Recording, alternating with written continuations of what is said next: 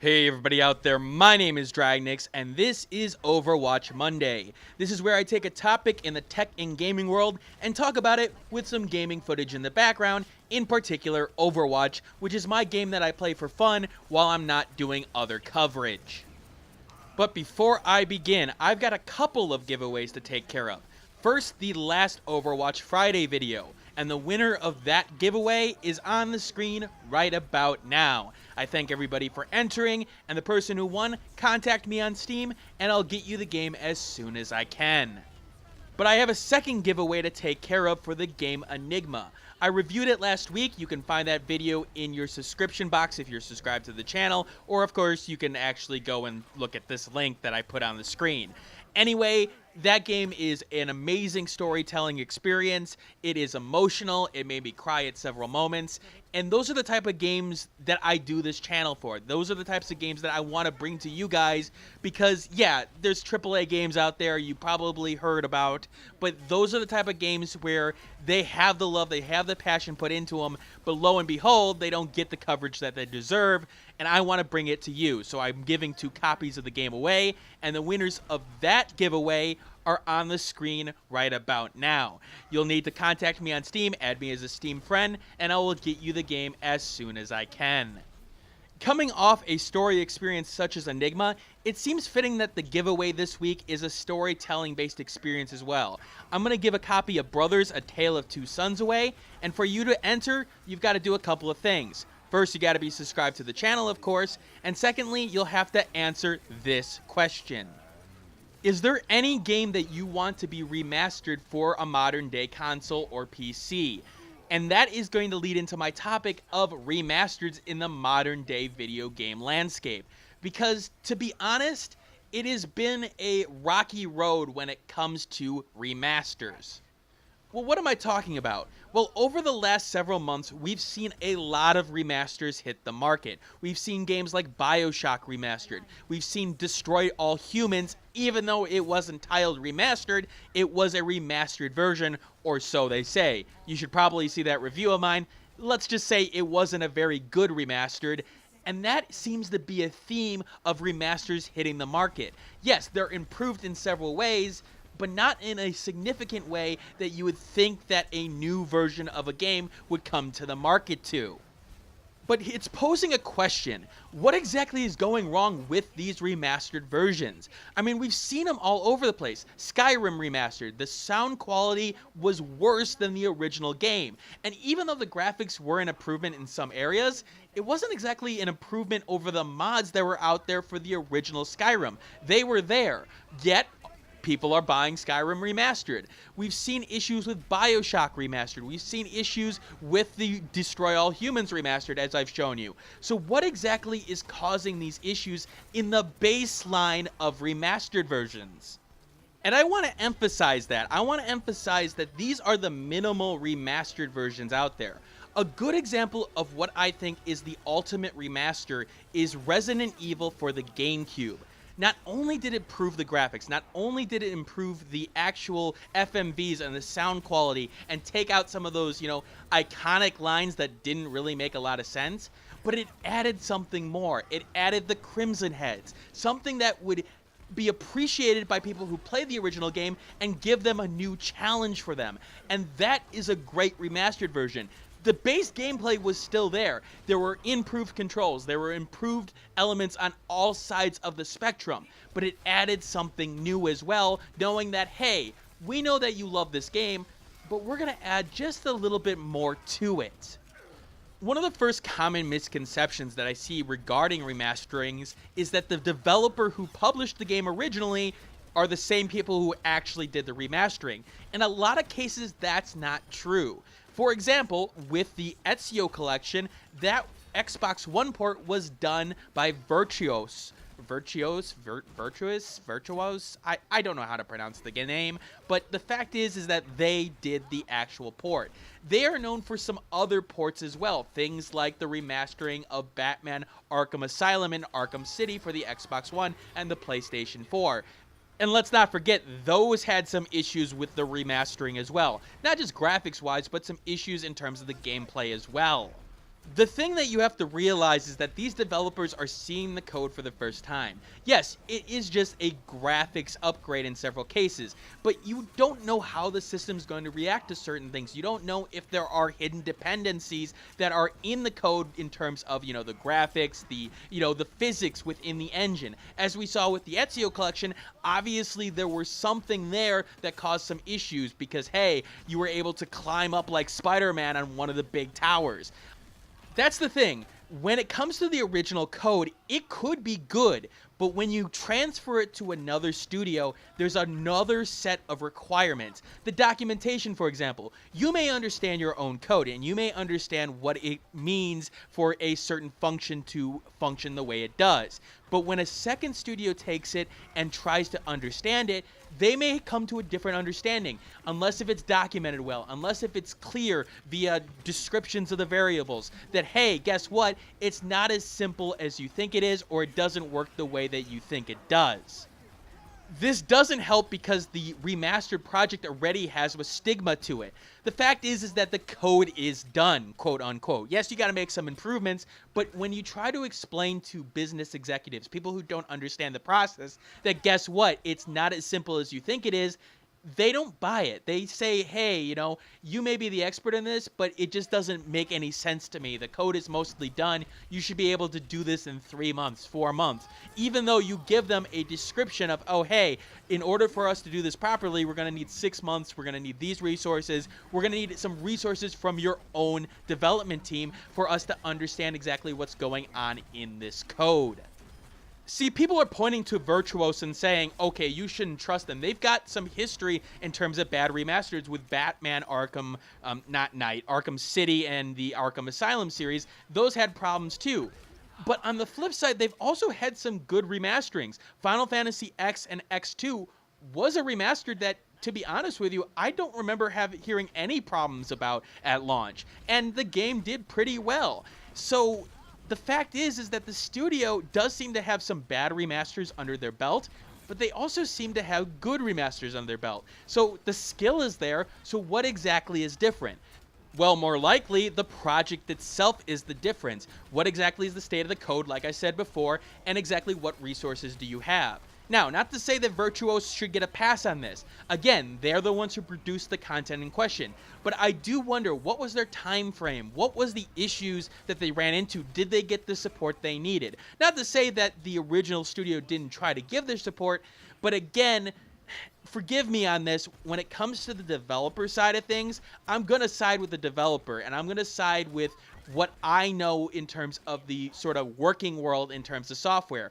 When it comes to those arguments about time, when it comes to those arguments about we need this in order to finish this project, most of the time you don't get the time you need. And regardless of what you say to management, they don't listen.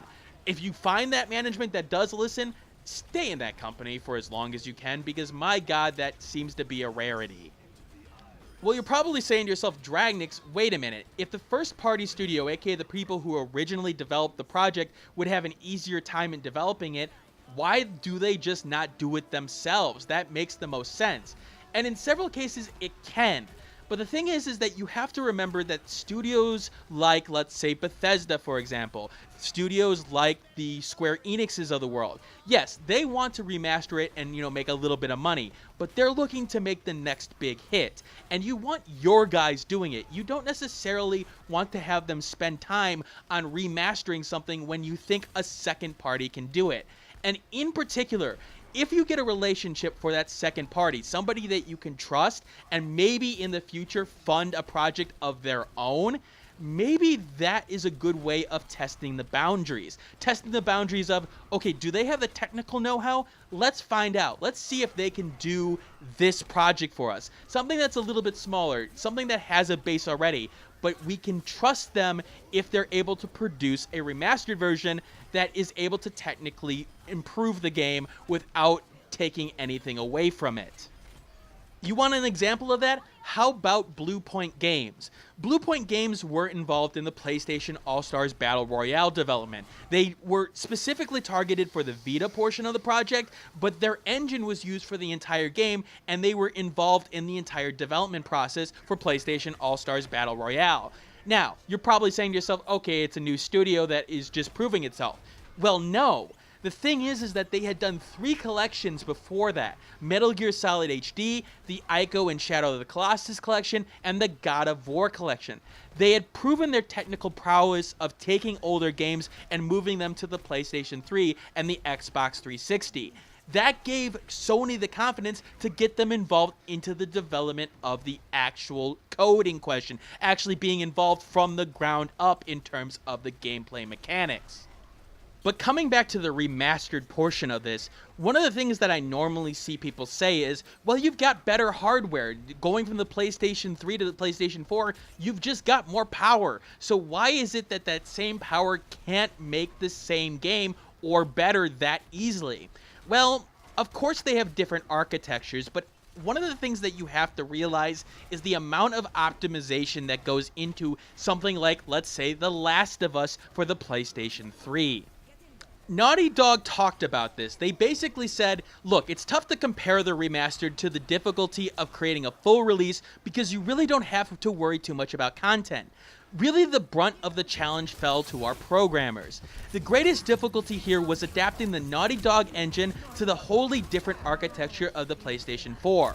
Our code was filled with arcane and extremely complex optimizations to get every last ounce of power out of the PlayStation 3's SPUs. I say the greatest challenge of the remastered was coming up with totally new, insanely complex optimizations, and then fixing all the bugs. By the way, that quote came from an article by US Gamer of the Art of the HD Remastered. I'd recommend you read it, and I'll put it in the description below. But it is a good example of what is involved in the remastering process. There's an example that I want to use, and I know it's not a one-to-one example, but it's one that I think gamers out there may better understand without understanding the technical aspects of it. For you old school RPG fans out there used to be a lot of class change systems in RPG. You go from a fighter to a mage, or a mage to a priest, so on and so forth. When you make that class change, even though your character had original stats, they get transferred over to a new class. And while they had strengths in the original portion, you're going to have to adjust your strategy or adjust the way that you grew that character. For example, going from a fighter to a mage, obviously the fighter's got strength, he's got endurance. But now that he's a mage, you're going to have to put more focus on his intelligence. The equipment that he had before, even if he's able to carry it over, the thing is, he may not want to use it anymore because that's not his strength. You're going to want to get specific equipment. You're going to want to get specific strengths for that class in question. And that's, for me, a good example of going from a PS3 to PS4 architecture at a very base level. Now, in this case, it's not exactly a one-to-one comparison. For example, in the class change system, you're assuming that both characters have equal strengths in terms of their overall usefulness. It's just that they have different strengths from each other. In the case of a remastered version, the PS4, for example, obviously has more power. It has more to work with. It may have more features, even though PS3 may have some features that the PS4 doesn't have. But the thing is that you've got more to work with, and you can get more out of it. But again, with the knowledge that the PS3 had specific strengths, you need to transfer that to the PS4 and take out all those strengths that specifically optimized for the PS3 and now translate them into a PS4 optimization. Honestly, it's a good way of teaching yourself the new hardware and its strengths. Taking a game that already has its concepts, taking a game that already has the concepts and the art and the story down, and just focusing on the hardware element, this gives your guys information. Okay, what is the strength of the PS4? What exactly is my experience with the PS4 going into this? None? Okay, I'm going to get a crash course in hardware in terms of how the PS4 runs at the lowest level by trying to optimize it. That knowledge can be valuable for the next game you create that is specific to your studio. Something like, Crystal Dynamics, something like Blue Point Games. They have the knowledge now to go and make their own game if they so wanted. But the snag that usually comes into play here actually happens after you do the remastering when it comes to QA. Trying to convince a publisher that you need a lot of QA on a project that is already proven itself, can be a little bit tricky depending on who you talk to in the video game world. Yes, if you're able to convince the higher ups, hey, guess what, we need a lot of QA for this, then maybe they're able to give you the resources you need. But again, when you come into people who don't understand the actual remastering process, they're like, well, the base gameplay is there. You shouldn't need game testers who are testing, the story elements and the gameplay elements. But you do.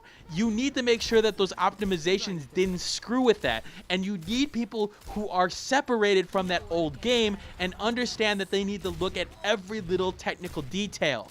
And thus, that's where I think one of the biggest problems with remastering comes into play. For those developers out there who are first getting into the industry, let me just explain something to you. QA is your friend.